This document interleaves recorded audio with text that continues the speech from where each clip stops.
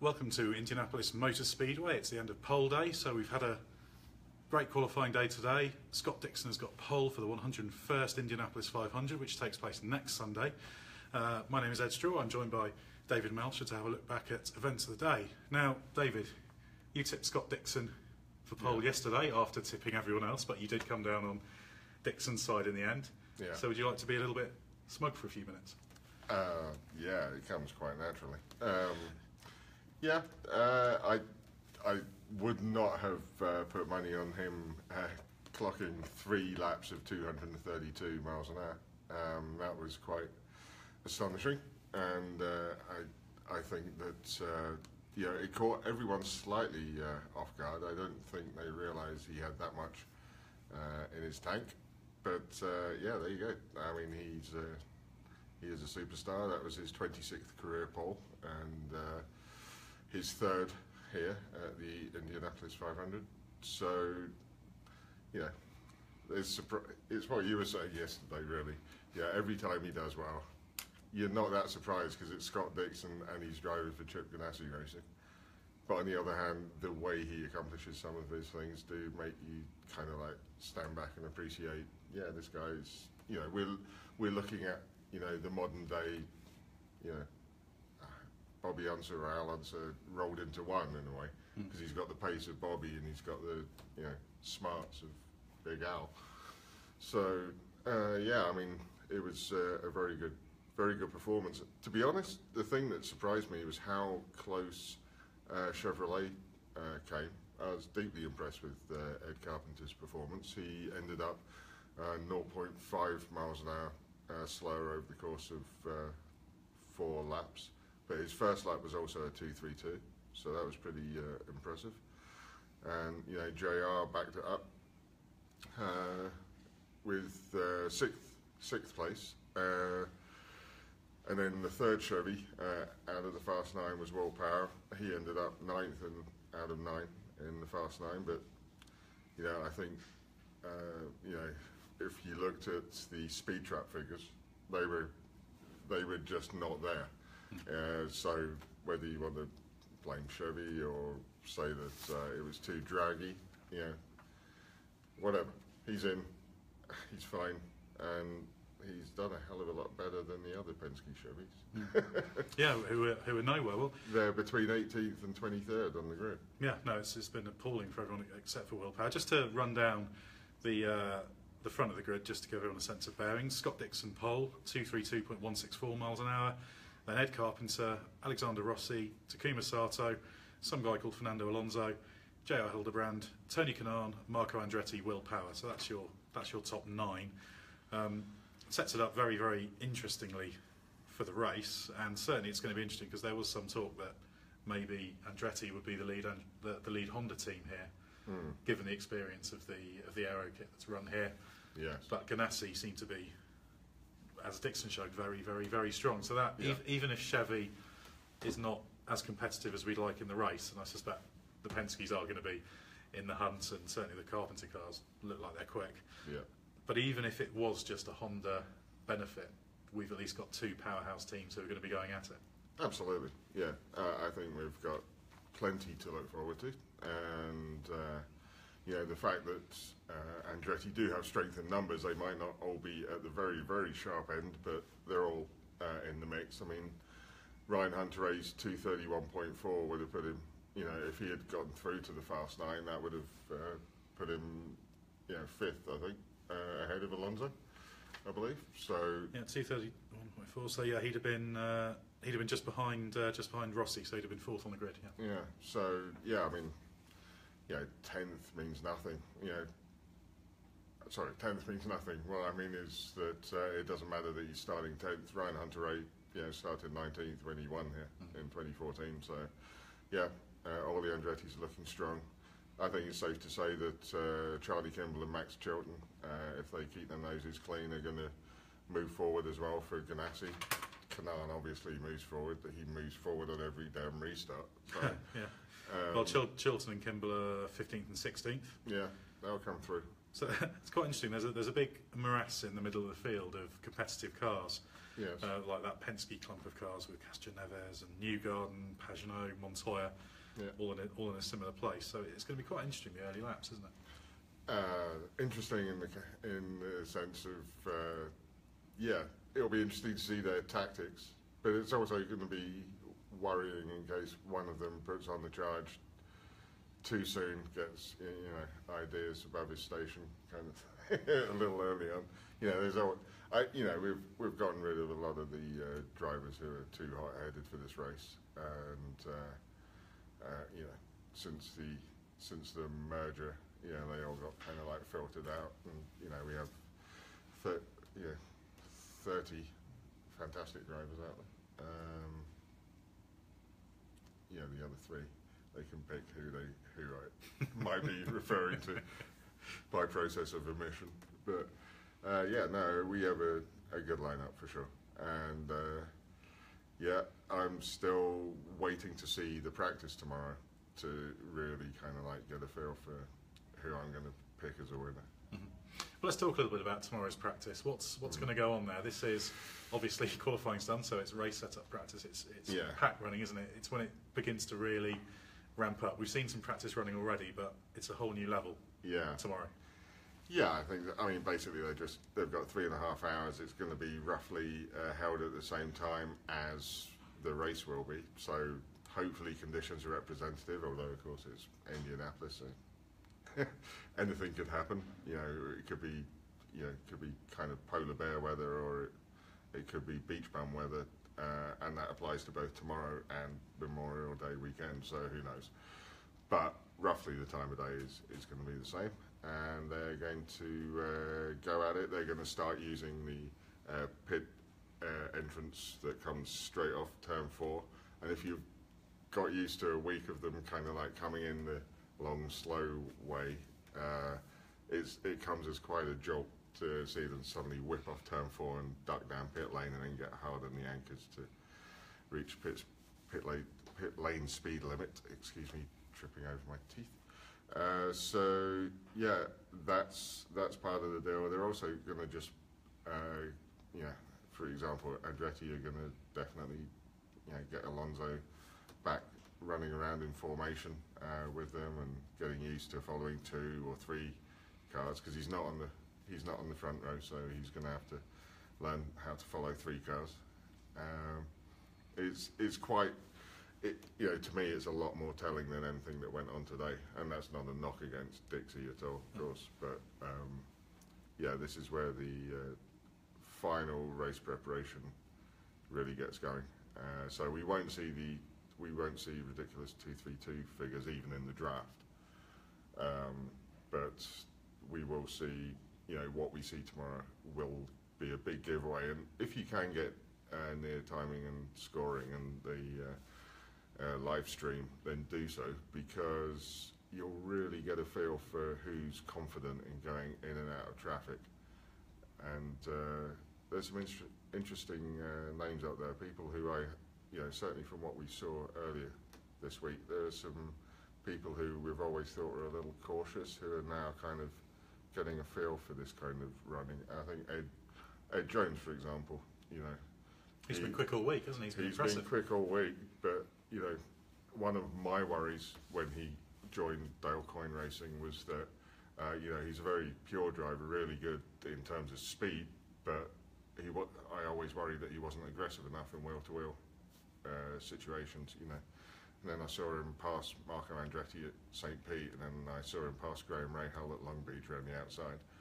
And I was thinking, right, okay, this guy has got some real gumption about him, and I think knowing the kind of car he has under him, and knowing he's now has the kind of responsibility of being team leader, with poor Sebastian still recovering, I think he's going to carry that like a man. And I think this race is going to be the making of Ed Jones. Mm-hmm. Well, you mentioned Sebastian Bourdais. Obviously, we talked yesterday about his big accident. I think 115 G impact at turn 2. Taken to hospital, surgery last night successfully, both on the multiple fractures to the pelvis and the fracture to the right hip. He's out for the season. which is no great surprise given how hard a hit it was and the nature of those injuries.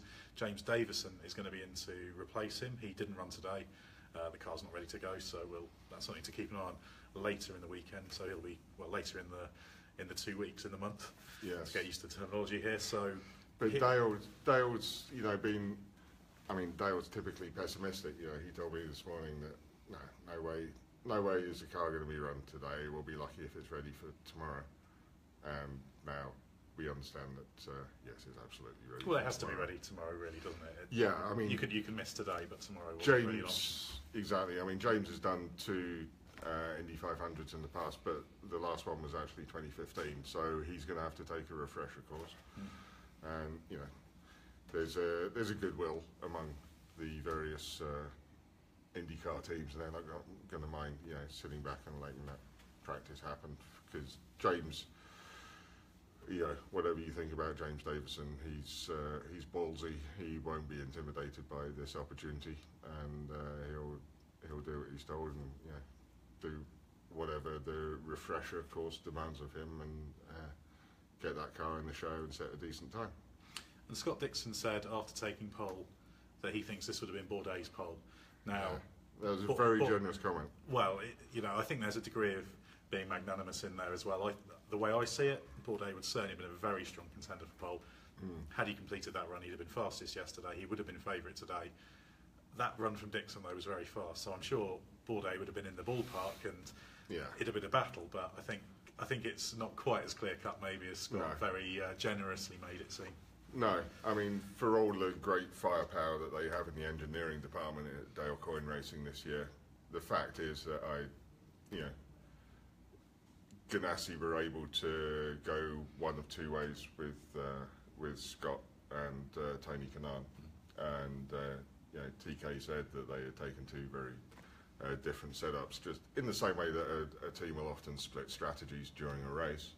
They kind of took that option because it was. There was some funny gusty winds. It was a lot cooler and therefore faster, and then the sun came as well to kind of, basically there were lots of different weather elements that they were throwing into the mix, and it was Chris Simmons, Scotty Doug's race engineer, that persuaded him to really trim out.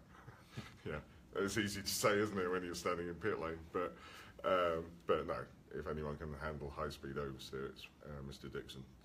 But there was a different strategy going on between those 2 cars, and I don't know if they could have done the same thing down at Dale Coyne Racing and to maximise Sebastian's.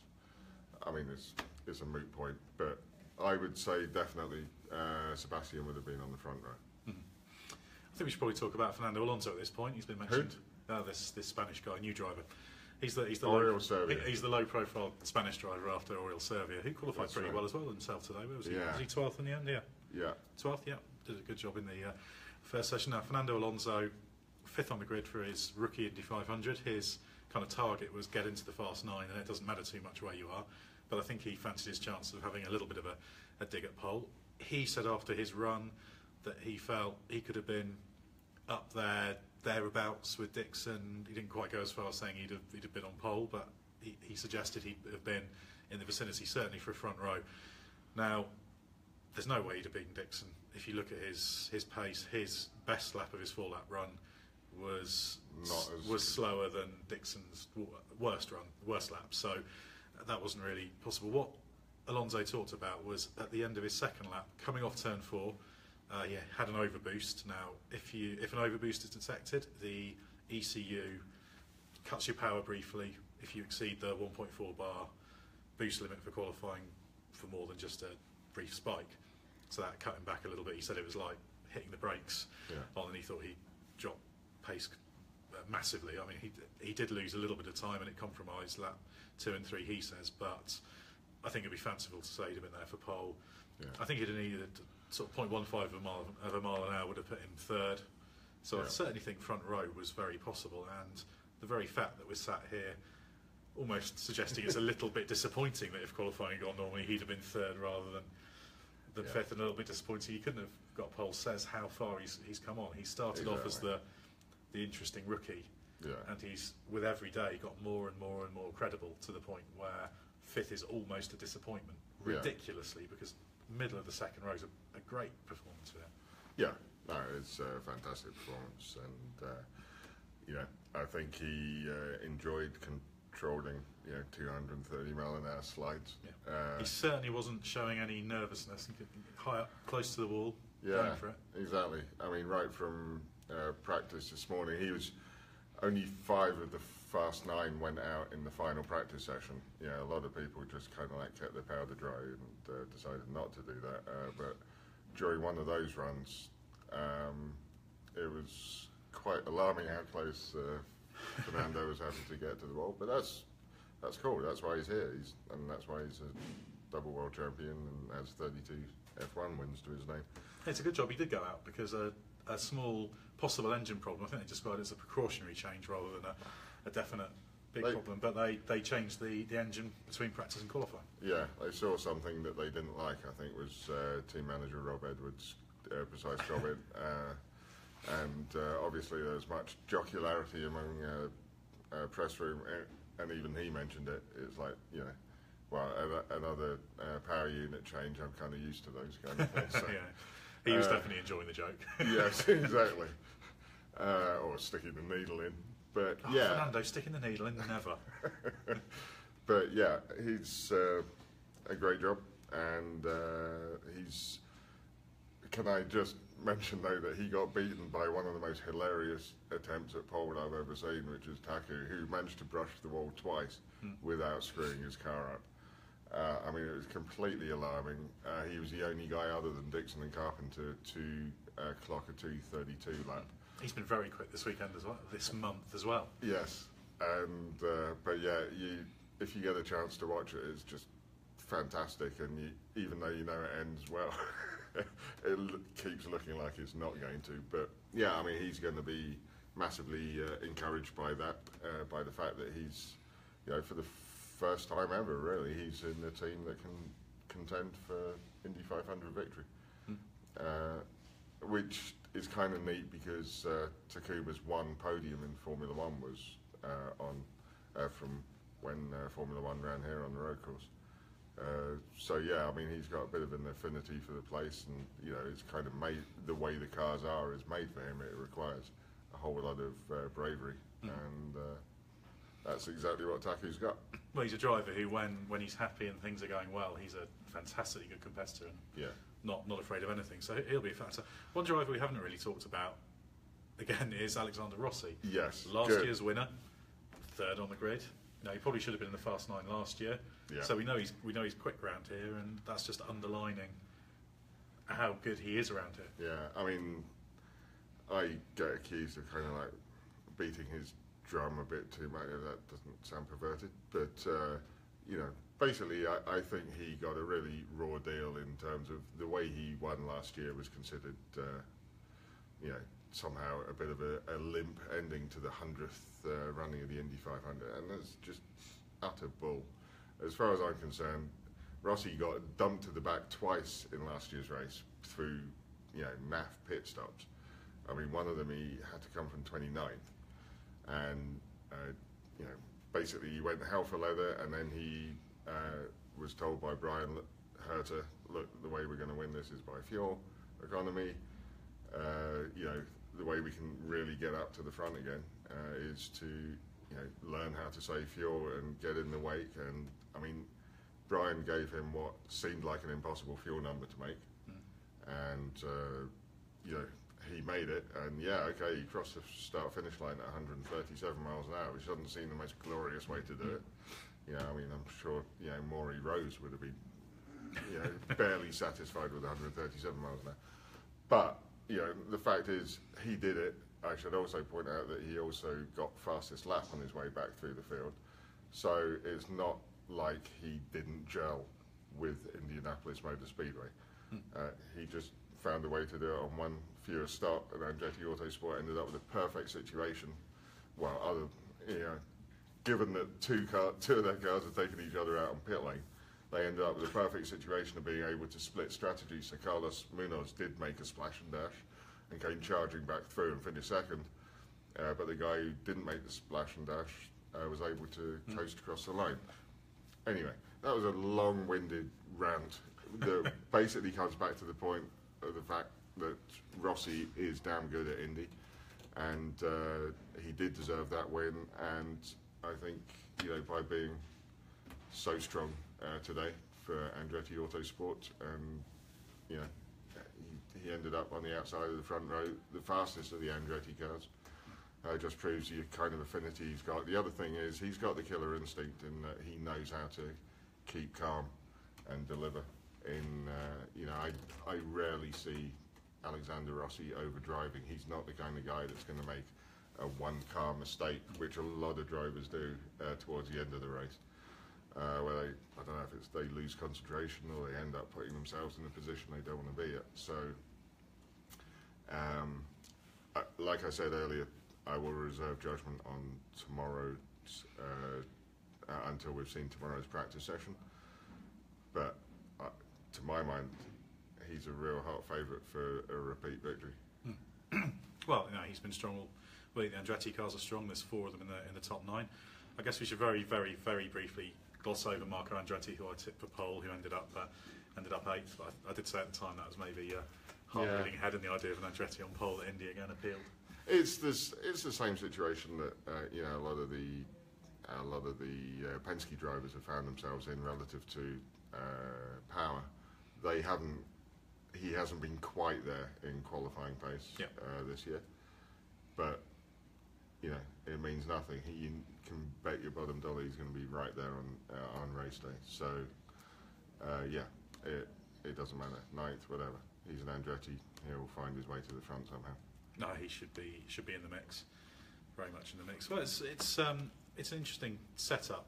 Don't want to get too much into what's going to happen in the race. That's something for us to maybe chat about after tomorrow. But there's a lot of storylines going into the race. We want to see how the Penske's come on. We know Power's quick in qualifying trim.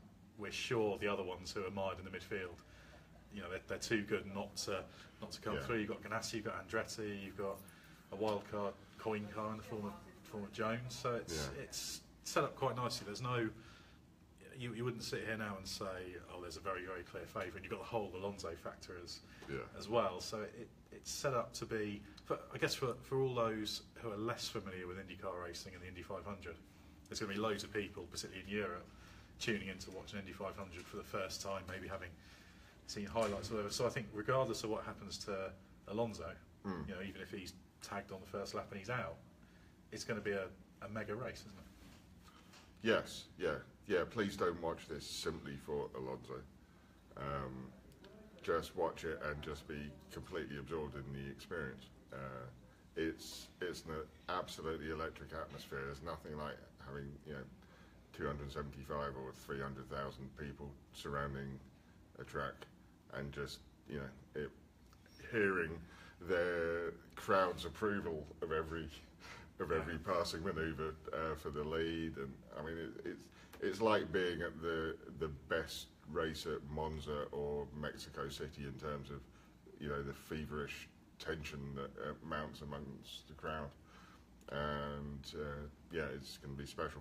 I'm jumping ahead here, looking forward the whole week when we do have this last day of practice, and then we also have carb day, which gives them a last 1 hour run to try and not prang their car. Sorry, I think the carb day thing is, it's great to keep up the tradition, but in terms of meaningful running, I've never seen something that particularly gives away a victory, or gives away who's going to be favourite. Except, I've just thought of one actually, but we'll discuss that another day. You just tie yourself in knots. But once you get to the end of Monday, it really is all building up to the race, isn't it? There was an amusing little thing after qualifying when Alexander Rossi and Fernando Alonso were talking to the media, and Rossi was asked about the kind of experience of the first Indy 500, which of course Rossi had last year, and he was saying, the build-up to the race is amazing. That's all, regardless of what happened in the race. Of course, he won it. It would have been an amazing day because it's great build-up. And he said, from 6 a.m. all the way through to start the race. And Alonso sort of said, 6 a.m. Rossi was like, yeah. Alonso's revelling in it, but it's going to be like nothing else he's ever experienced, and that kind of encapsulates that this is a completely unique race. The fact I keep describing it as a race weekend because I'm so programmed to say that phrase, where it's a fortnight. Yes. We've had this For is a American viewers, fortnight means 2 weeks. Okay, that's a bit of translation there. Yeah, we're in the middle of towards the end of 8 solid days of running at this stage. So it's absolutely something else here. So it's going to be a great experience for anyone watching for the first time as well. Yeah. Sorry, I've got nothing to add. You just said it all. But I'm going to just put you on the spot. I'm not going to talk too much about the race. Can we talk about my phone? Well, it's a Borg Warner Trophy, isn't it? So who's going to have that? Hold it up. Look, this is our friend Steve Shunk, who works for Borg Warner and has worked for CART. He's worked for several different companies. But yeah, he works for Borg Warner. He's been giving out these rather cool, actually it looks really cool on screen, Borg Warner trophies, well, the top half of them.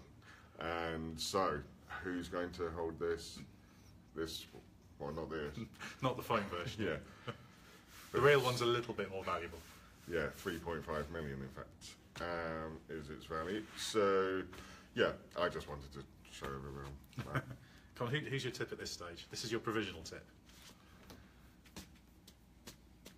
I can only pick one? Yep, that's how it works. There can only be one winner. I hate it when you talk semantics. Willpower. Okay, bold. Yeah. Bold.